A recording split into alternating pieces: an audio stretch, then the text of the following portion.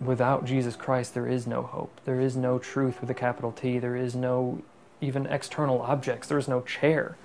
There is just complete loss. There is darkness, and there is blind searching out and just not being able to feel or find anything. My name's Michael. I'm from Columbia, Missouri. I've been saved a little over a year, about a year and a week and a half. I was saved on campus, actually at the University of Missouri here. There was an evangelistic outreach from a group in Kirksville. Winding backwards, there are a lot of threads that, as I've walked with the Lord, I realized more and more how great a tapestry it was. Starting back a little over, probably about 10 years ago, when I was about 13, 14, I remember I sat in my bed, because I was raised in a house where God existed, but there was no real Christ. There was no real religion. It was just God exists, and if you're good, then you'll probably get something at the end of it. But I remember hearing something about maybe God doesn't exist, God doesn't do all these really remarkable things anymore. So I sat in my bed, and I said to myself, well, God doesn't exist. And I pulled the covers over my head, and I wasn't immediately struck down with a lightning bolt. And so from then on, it was sort of, well, maybe God doesn't exist. And it seemed to be, at the time, very freeing in terms of now I could do anything. You know, I think it was Nietzsche who said that if God is dead, then all acts are permissible. So everything suddenly became open to me, and I started looking for anything and everything that could explain anything, starting with the premise that God doesn't exist. And so over the years, I sort of had this thorn in the back of my mind, and I went to a Lutheran church. I asked a woman to be my godmother. That really came to nothing. I had no drive or unction to read the Bible, to attend the church. And so having all of that fail, I started really getting into philosophy. I started really reading guys, you know, like Descartes, Nietzsche, Freud, the newer atheist guys later on, like Dawkins and Dennett and all of these guys, and basically searching and scrambling for absolutely anything that seemed like truth to me. It didn't necessarily matter if it was provable outside of myself, just that it seemed right. I mean, it says in Scripture that there's a way that seems right to a man, but its end is death. And it really sunk me down low. There was no real value to any of it. I've still got the scars very faintly on my arm that testify to how low I got in just depression and all of these other things, and I just tried to seek absolutely anything else. And so I tried to become this intellectual, try to go through men to find the reason for everything, since men are all that we have. And so to that end, I started studying at the university philosophy and getting really into all of these theories about how you can't, going from Descartes, you can't prove anything outside of yourself, outside of your own mind. As I've said to people before, I could really earnestly make you believe, at least entertain the idea, that the chair I'm sitting in doesn't exist, that the house I'm in right now isn't real. You know, it's like Morpheus said in that movie, you know, what our experience is outside of electrical signals interpreted by our brain. And if you go to the logical conclusion of that, really they're nothing, which means that we are nothing, which means that everything is inconsequential. So what's the point? You know, and that just sort of stuck, and I started being okay with that.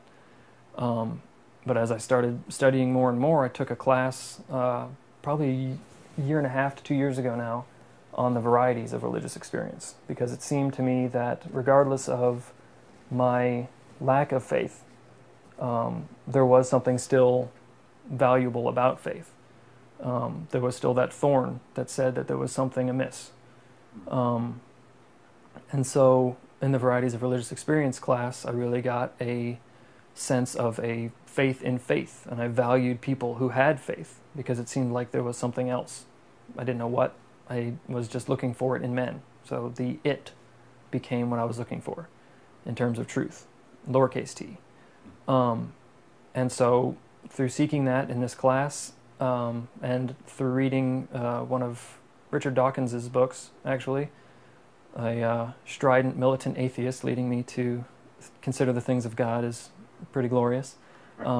He considered it a perceptual burqa, which is essentially what he means by that is that when you have a burqa, you have a very small window of perception, and there's so much else. And the everything else that humans can't possibly perceive was an idea that really stuck with me. I really started considering what that could mean, what if it was if these religious experiences that I was learning about had anything to do with that, if there was any reality to them. A lot of them just seemed like, they could just be anything that anybody happened to experience on a cold day, and it was just, okay, whatever. But there was something in the very core of it that seemed to resonate. Something was more real than electrical signals. And so I just started thinking about those things, and I decided, okay, well, maybe there is something beyond human capacity. Very broad thought, but that was 4 days before that Kirksville evangelical outreach, where I was sitting and mocking a I'll be honest card about how you will know the truth and the truth will set you free. And I was sitting with two friends of mine. We were talking about how ludicrous that is, since truth can't exist outside of perception, and the perception is based on faulty whatever.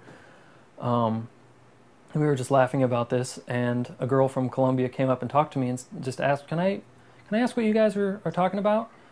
Obviously she knew what we were talking about, but it was that conversation that really led to just me thinking about more and more the things outside of myself. After about an hour, my two friends left the conversation, tried to pull me away, but there was something different about this person. There was something real, something that really struck me about this person. I couldn't put my finger on it, but I really wanted to continue talking to her, and so I continued talking to her for about 2 hours, I think, after that. So it was a 3-hour conversation at Speaker Circle. And then we parted ways. I think she was sort of pulled away because I guess a lot of people there are kind of used to talking to atheists and are sort of hesitant to follow up on that because there's a lot of just animosity. I started mocking them, was how the conversation started. So it became very clear that what she believed so much more than anything that I believed, that she had to have some kind of truth that I was just not privy to at all. I had no idea what she was referring to, what she was pulling these arguments out of, because I was trying to get at her at any sort of argument that I could about morality questions, about really sort of painful questions about like abortion and all of these other things like murder and rape and all of these things. And really what struck me was that every single response that she gave was essentially the gospel of Jesus Christ and the good news of his coming and his dying and the reality of sin, and that's all that she would say. There was no argumentation. There was discussion about what I was bringing up, but the argument was essentially, this doesn't really matter. What matters is Jesus Christ and him crucified. And she kept nailing that home over and over again.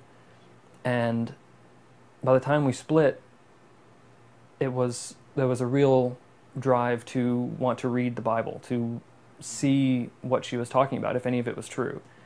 And so I started asking around, what types of Bible do you guys read? There was a bunch of translations. I'd heard all of these arguments about how we can't trust all these different translations because they've been translated so many times from so many different people. But after a little while, there was a Bible that just sort of showed up. This friend of mine who came to Kirksville was talking about me. Apparently, she had brought me up for prayer. Someone from the church had an extra Bible that they'd happened to bring one day. They just sort of said, oh, well, I already have one, but I'll bring this one just in case. It was a little small, tiny little guy.